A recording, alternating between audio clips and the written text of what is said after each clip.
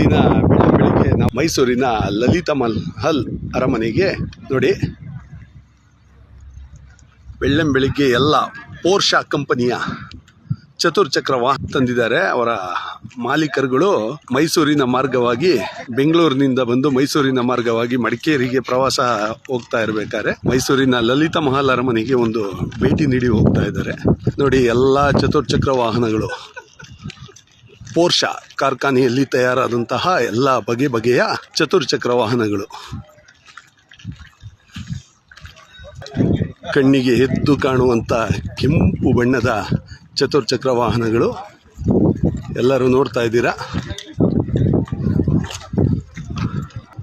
ಅವರ ಸ್ವಂತ ವಾಹನಗಳಲ್ಲಿ ಪ್ರವಾಸ ಹೋಗ್ತಾ ಇದ್ದಂಥ ಸಮಯದಲ್ಲಿ ಹಾಗೆ ಒಮ್ಮೆ ಲಲಿತಾ ಮಹಲ್ಗೆ ಭೇಟಿ ಕೊಟ್ಟು ಹೋಗ್ತಾ ಇದ್ದಾರೆ.